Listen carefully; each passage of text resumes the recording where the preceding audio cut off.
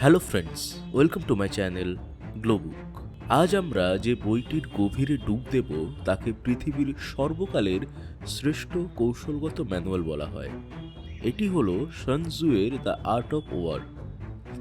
আজ থেকে প্রায় ২৫০০ বছর আগে, যখন পৃথিবীতে আধুনিক যুদ্ধবিমান, রকেট বা প্রযুক্তির কোনো ধারণাই ছিল না, তখন একজন চীনা জেনারেল বলে গিয়েছিলেন, সর্বোত্তম যুদ্ধ হলো যুদ্ধ না করেই শত্রুকে বশীভূত করা।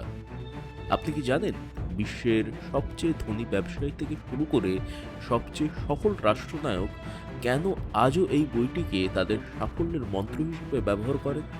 কেন একটি সামরিক কৌশল বিষয়ক গ্রন্থ আপনার ব্যক্তিগত জীবন, চাকরি বা ব্যবসার ক্ষেত্রেও সমানভাবে প্রযোজ্য?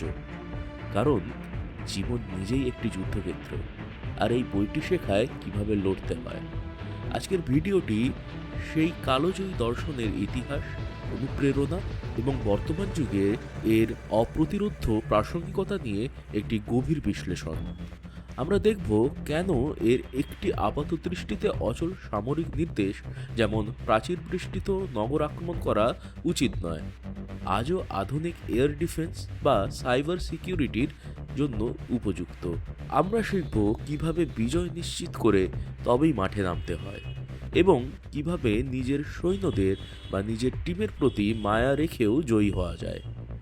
আপনি যদি প্রতিযোগিতামূলক পৃথিবীতে অপ্রতিরোধ্য থাকতে চান, তাহলে আপনার হেডফোন টিউন ইন করে রাখুন, কারণ কৌশল ছাড়া কেবল কৌশল পরাজয়ের আগেকার কোলাহল মাত্র।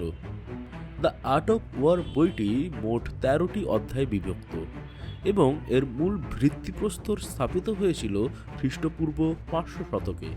কিন্তু কে ছিলেন এই সানজু? সানজু ছিলেন মূলত চিইউ রাজ্যের বাসিন্দা।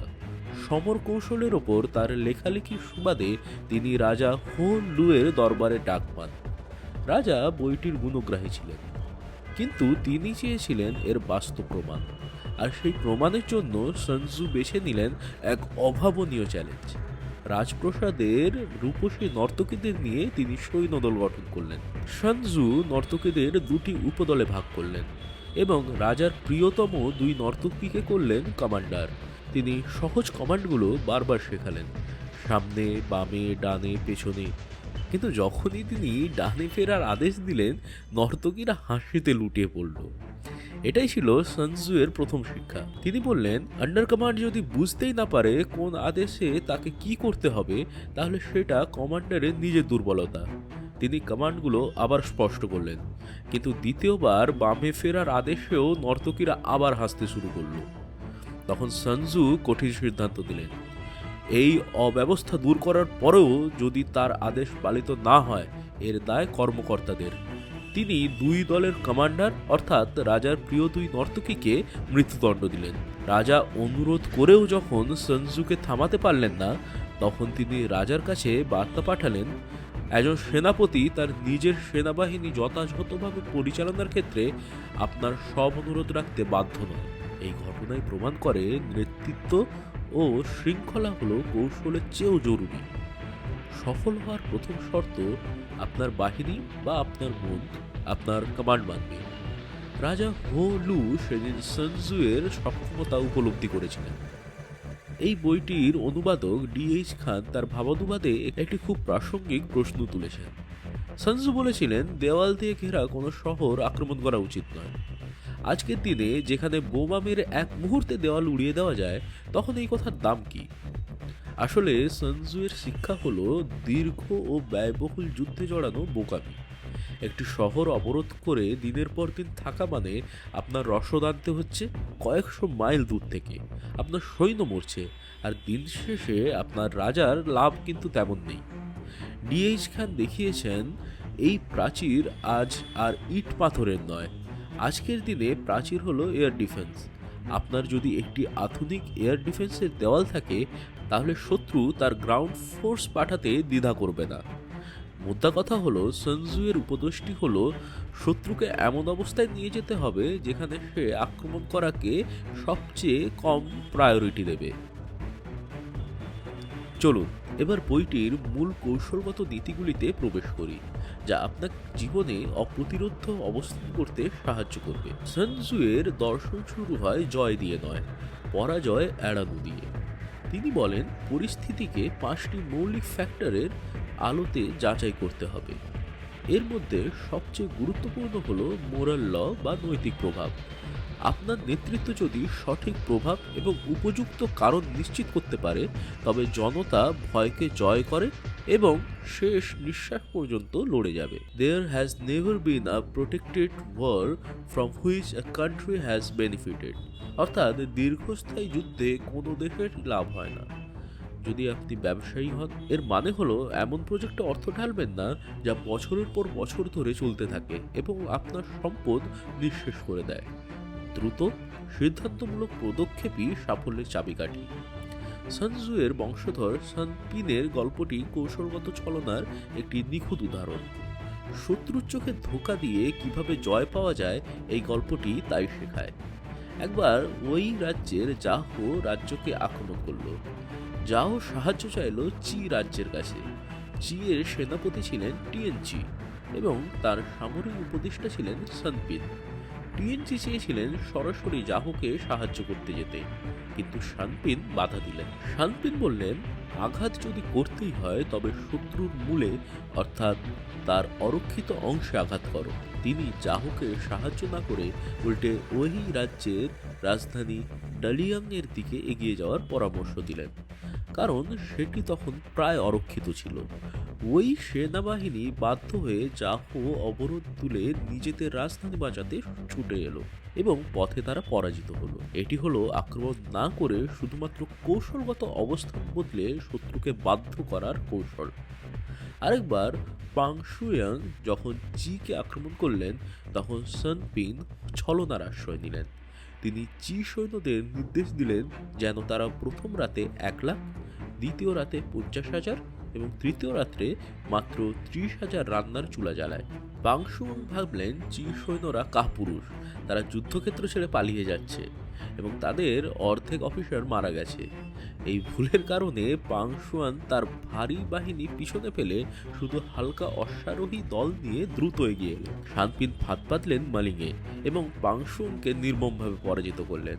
sun tzu-এর কাছে রণকৌশলগত বিন্যাস মানেই শক্তি প্রদর্শন নয়, বরং বুদ্ধিমান কমান্ডার এমন অবস্থানে যান যেখান থেকে তাকে পরাজিত করা অসম্ভব। তিনি শেখান জল যেমন উঁচু স্থান এড়িয়ে নিচের দিকে প্রবাহিত হয়, তেমনি আপনাকেও শত্রুর শক্তিশালী দিক এড়িয়ে দুর্বল অংশে আঘাত করতে হবে। এটি হলো সামর্থ্য এবং সীমাবদ্ধতা অর্থাৎ উইক পয়েন্টস অ্যান্ড স্ট্রং পয়েন্টসের দর্শন। এতক্ষণ আমরা ইতিহাস ও সামরিক কৌশল নিয়ে কথা বললাম। এবার আসুন এই 2,500 বছরের পুরনো জ্ঞানকে আমরা আমাদের আজকের জীবনে অর্থাৎ ব্যবসা, কেরিয়ার এবং ব্যক্তিগত চ্যালেঞ্জে কিভাবে ব্যবহার করতে পারি তা নিয়ে আলোচনা করব। মনে রাখবেন, sun tzu-এর প্রতিটি সামরিক নীতি একটি জীবন দর্শন। আপনার দুর্বলতা কোথায়? Knowing your self and the enemy first. আপনার জীবনের যুদ্ধে আপনার শত্রুকে, আপনার প্রতিযোগী, আপনার অলসতা, আপনার ভয় নাকি আপনার বাজার? sun tzu-এর সবচেয়ে বড় শিক্ষাটি হলো, যদি তুমি শত্রুকে জানো এবং নিজেকেও জানো, তবে শতযুদ্ধেও তোমার ভয় থাকবে না। বিজনেস কেরিয়ারে আপনার ব্যবসার শক্তি, দুর্বলতা কি, আপনার প্রতিপক্ষ কি করছে, তাদের মার্কেটিং স্ট্র্যাটেজি কি, তাদের বাজেট কত। আপনার SWOT অ্যানালাইসিসই হলো আপনার দ্য আর্ট অফ ওয়ারের প্রথম অধ্যায়। নিজেকে জানা মানে কোন পরিস্থিতিতে আপনি ভেঙে পড়েন, আপনার আবেগকে কিভাবে নিয়ন্ত্রণ করা যায়। আপনার দুর্বলতা জানা থাকলে আপনি সেই জায়গাটিকে অরক্ষিত রাখবেন না। দামের লড়াই বা সরাসরি প্রতিযোগিতায় যুদ্ধে জড়াবেন না, এটি দীর্ঘস্থায়ী যুদ্ধের মতো। বরং একটি নতুন নীল মহাসাগর তৈরি করুন, এমন একটি ক্ষেত্র যেখানে আপনি ছাড়া আর কেউ নেই। আপনার প্রতিযোগীকে আপনার শর্তে খেলতে বাধ্য করুন। ব্যক্তিগত জীবনে তর্ক বিতর্ক এড়িয়ে চলুন, আপনার ধৈর্যই হতে পারে আপনার চূড়ান্ত অস্ত্র। যেখানে অন্য পক্ষ রাগান্বিত ও বিশৃঙ্খল, আপনি তখন স্থির থাকুন। ছলনা মানে মিথ্যে বলা নয়, এটি হলো আপনার উদ্দেশ্যকে গোপন রাখা। আপনার বড় প্রজেক্ট বা লঞ্চের আগে চুপ থাকুন। আপনার সম্পদ দেখিয়ে প্রতিদ্বন্দ্বীকে প্রস্তুত হওয়ার সুযোগ দেবেন না। যখন তারা আপনাকে দুর্বল ভাববে তখনই পুরো শক্তি দিয়ে আঘাত করুন। Attack him where he is unprepared.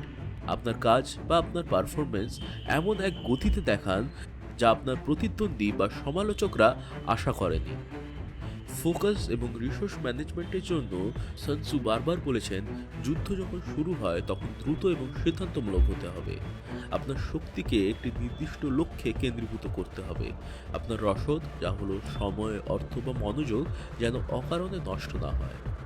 সেনাপতি হিসেবে আপনার 5টি বিপজ্জনক দোষ সম্পর্কে সচেতন থাকুন: রেকলেসনেস বা বেপরোয়া, তাড়াহুড়ো করা, ভীরুতা, অতিরিক্ত সম্মানবোধ এবং সৈন্যদের জন্য অতিরিক্ত উদ্বেগ।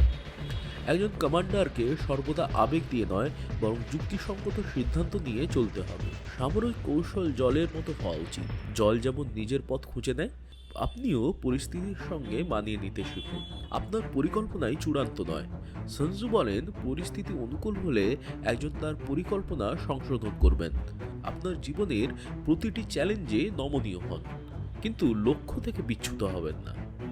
দ্য আর্ট অফ ওয়ার একটা বই নয়, এটি একটি জীবন দর্শন। এটি আপনাকে শেখায় সংঘাতের ভয় না পেয়ে তাকে বুদ্ধিমত্তা দিয়ে নিয়ন্ত্রণ করতে। এটি আপনাকে শেখায় যুদ্ধ শুরু করার আগে বিজয়কে গণনা করতে। মনে রাখবেন, জয় শুরু হয় প্রস্তুতি দিয়ে। কৌশল ছাড়া কেবল সাহস বা কৌশল ছাড়া কেবল শক্তি, এগুলি পরাজয়ের ভিন্ন পথ মাত্র। আপনার জীবন, কেরিয়ার বা সম্পর্ক, এই সবখানেই আপনি একটি যুদ্ধের মুখোমুখি।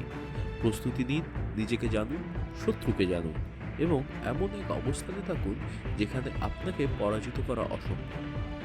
যদি আপনি জীবনের এই জটিল যুদ্ধক্ষেত্রে অপ্রতিরোধ থাকতে চান, তাহলে সান তজুর এই বইটির জ্ঞান আপনার নিজের স্ট্র্যাটেজি ম্যানুয়াল হিসেবে অবশ্যই হেল্প করবে। এই আলোচনাটি কেমন লাগলো তা অবশ্যই কমেন্ট করে জানান। বইটি পড়ুন এবং বইটি পড়ে আপনার কেমন লাগলো বা আপনার জীবনকে এই বইটা কতটা প্রভাবিত করলো তা অবশ্যই কমেন্ট করে জানান। যদি এই ভিডিওটি ভালো লেগে থাকে তাহলে লাইক দিন এবং এই চ্যানেলটিকে সাবস্ক্রাইব করে পাশে থাকুন। দেখা হচ্ছে পরের রবিবার নতুন কোনো গল্প, নতুন কোনো বই নিয়ে। ততক্ষণের জন্য টাটা।